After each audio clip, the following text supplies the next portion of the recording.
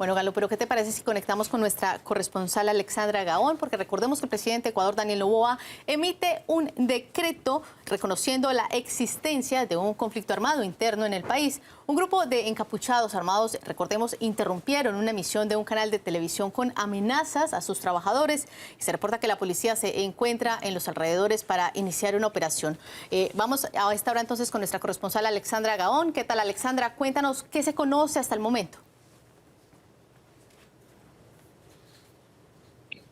Paula, ¿cómo estás? Muy buenas tardes, amigos televidentes. Este es un reporte desde Quito, Ecuador. En efecto, nuestro país vive horas de real caos. Estas horas de caos han iniciado la noche de ayer, una vez que el presidente de la República, Daniel Noboa, decretó un estado de excepción que durará 60 días. En ese decreto de excepción no habrá movilización de las personas entre las 11 de la noche y las 5 de la mañana.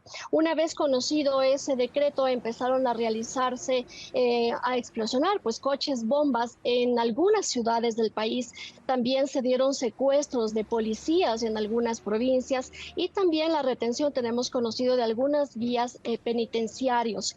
Adicionalmente, el presidente Daniel Noboa, en efecto, hace poco tiempo acaba de emitir su decreto de conflicto interno armado, identificando ya a grupos del crimen organizado transnacional, a organizaciones terroristas, y ha ordenado pues a las Fuerzas Armadas y a la Policía Nacional ejecutar operaciones militares que neutralicen a estos grupos. Grupos que incluso hace aproximadamente una hora, hora y 30, han irrumpido en un canal de televisión, TC Televisión,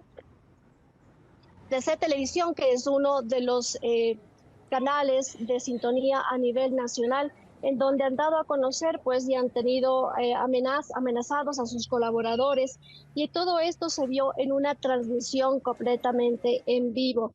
Lamentablemente han sometido a periodistas, han sometido a los coordinadores, a los trabajadores. Hace un momento incluso conocíamos de la posibilidad de que también hayan irrumpido en algunas universidades y también en el hospital Teodoro Carbo de la ciudad de Guayaquil. La verdad es que el país vive momentos de zozobra. La Policía Nacional está trabajando al momento, al igual que Fuerzas Armadas. No hay comunicados oficiales al respecto, exceptuando el de la Asamblea Nacional, que nos ha dado a conocer obviamente que ellos están haciendo un pronunciamiento de respaldo irrestricto a Fuerzas Armadas y a Policía Nacional para ofrecer indultos, de posibles indultos, con tipo amnistías a policías que podrían estar involucrados en actos. Recordarán ustedes que hasta hace poco los policías, si tenían en sus manos a un delincuente, y si ese delincuente moría en sus manos, ellos tenían que someterse a grandes juicios con grandes cantidades de dinero, no podían además defenderse en libertad, y eso ha cambiado. Entonces, esa es la situación que lamentablemente se vive al momento aquí en el Ecuador. Veamos qué sucede en los próximos momentos, en las próximas horas. Nosotros nos estaremos contactando con ustedes. Estamos precisamente aquí a las afueras de TC Televisión en la ciudad de Quito. Tenemos entendido que existe muchísima restricción en la ciudad de Guayaquil. Incluso se hablaba de que otro canal de televisión nacional también podría ser asaltado por delincuentes, pero no es nada confirmado hasta el momento. Esperamos nosotros poder tener muchas más reacciones, saber cuáles son los pronunciamientos de Fuerzas Armadas, de Policía Nacional, de la misma presidencia del Ecuador, y poder llevárselas a ustedes en las próximas horas.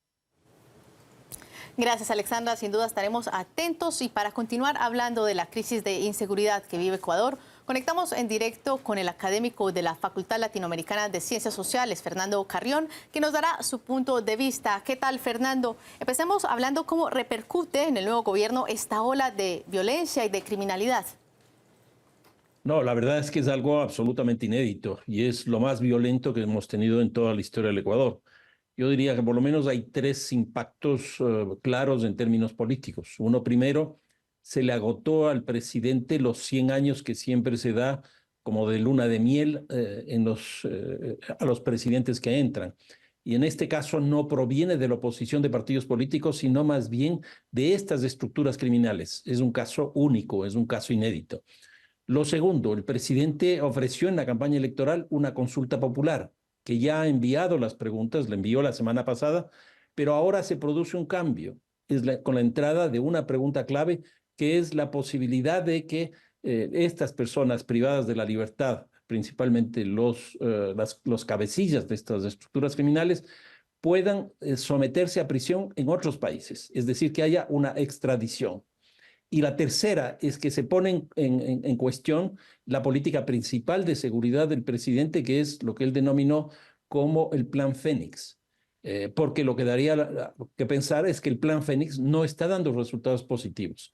Esto es un golpe político muy fuerte para el presidente y me parece que en general para las estructuras políticas nacionales. Fernando, ¿qué tal? Garo lo saluda. Bueno, el Plan Fénix, usted decía que no tuvo resultado, parece no estar teniendo resultado, pero el presidente Noboa ahora firmó un decreto que reconoce un conflicto armado interno. ¿Para qué es que puede servir esta medida entonces? Es básicamente para lo que siguen desde hace 4 o 5 años trabajando en el país en términos de seguridad, para que las Fuerzas Armadas entren en este conflicto, que ahora ya está definido incluso casi como una guerra civil. Entonces, es básicamente para la presencia de las Fuerzas Armadas de manera conjunta con la policía. Pero ¿es esta la medida que funciona entonces para todo este panorama que se está viviendo allí en Ecuador?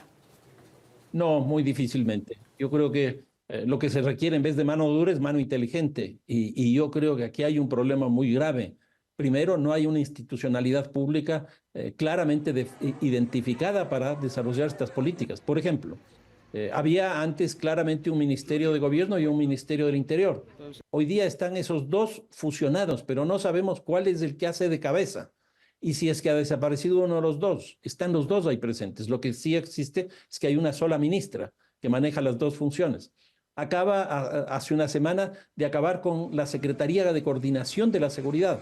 Yo creo que este tipo de cosas lo que están haciendo es que el sector público, que no sea Fuerzas Armadas y Policía, se achique, sea mucho más pequeño y por lo tanto no tenga capacidad de definir políticas y por lo tanto enfrentar este tipo de problemas.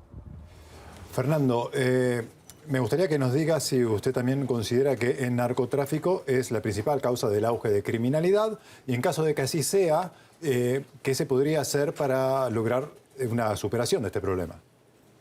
Sí, ese es uno de los elementos principales. Por el Ecuador transitan 835 toneladas de narcóticos.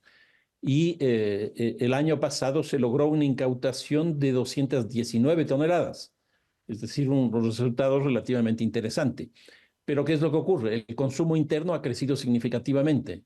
Hace 2 años más o menos se consumía 80 toneladas. Hoy día se consume 135 toneladas. Y lo que ha pasado en el país desde hace 4 años aproximadamente, tal vez un poquito menos, es que los grandes carteles, los holdings, como yo los defino, que es el caso del cartel de Sinaloa, Jalisco Nueva Generación, Andrangheta, Primer Comando de la Capital, etcétera, antes les pagaban a los grupos locales en dólares, y ahora les pagan en droga. Y eso ha hecho que tengan que venderle en el mercado interno y tengan que organizarse mucho más y tengan que defender los territorios. Entonces, eso ha creado organizaciones más sólidas, se ha incrementado la violencia y el lavado también se ha incrementado, lo cual ha hecho que sin duda el tema del narcotráfico sea uno de los elementos principales de la violencia que vive el país. ¿Existe alguna esperanza para restablecer el orden en este momento allí en Ecuador? Pues no nos queda otra manera, pero la situación se va complicando. Ustedes mismos acaban de dar la noticia, hace 1 hora aproximadamente, se tomaron un canal de televisión, probablemente uno de los más importantes, que es un canal público, TC Televisión. Eso nunca había ocurrido, pero ya se tomaron. Se habla también de ciertos hospitales. Entonces hay un problema muy grave y gran parte de esto surge desde las propias estructuras criminales que están inscritas en los centros penitenciarios, en las cárceles. Hoy día hay una relación muy estrecha entre lo que ocurre dentro de la cárcel con lo que ocurre fuera de la cárcel. Antes se decía que las cárceles eran escuelas del delito, universidades del delito, pero hoy día son básicamente fábricas, son oficinas del delito donde uno puede ir a contratar y donde esas mismas estructuras criminales deciden qué hacer en el exterior. Hoy día lo que estamos viviendo, por un lado, son 8 o 9 recintos carcelarios que están sublevados, que tienen incluso a guías penitenciarios secuestrados, pero desde ahí mismo se ha tomado decisiones para coches bomba en por lo menos 12, 14 ciudades. Yo creo que si no se resuelve el tema carcelario, esto va a ser mucho más complicado de lo que ya está. Bueno, pues sin duda una jornada bastante tensa. Gracias, Fernando, por ayudarnos a profundizar en este tema.